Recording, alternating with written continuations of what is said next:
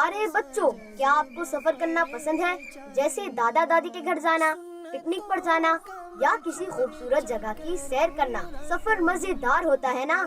لیکن بچوں، جب بھی ہم سفر پر نکلتے ہیں تو ایک خاص دعا پڑھنی چاہیے۔ پتہ ہے کیوں؟ کیونکہ یہ دعا ہماری حفاظت کرتی ہے اور ہم حادثوں سے محفوظ رہتے ہیں۔ سبحان الذی سخر لنا هذا وما كنا له مقرنین وَإِنَّا إِلَىٰ رَبِّنَا لَمُنْقَلِبُونَ۔ دیکھا بچوں، جب ہم یہ دعا پڑھتے ہیں اللہ پاک ہمارا سفر آسان بنا دیتا ہے اور ہمیں اپنی حفاظت میں رکھتا ہے۔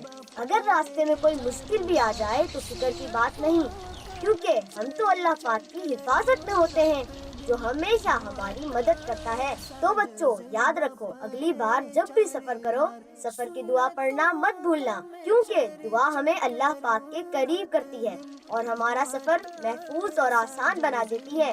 صلو علی الحبیب صلی اللہ علی محمد صلی اللہ علیہ وسلم۔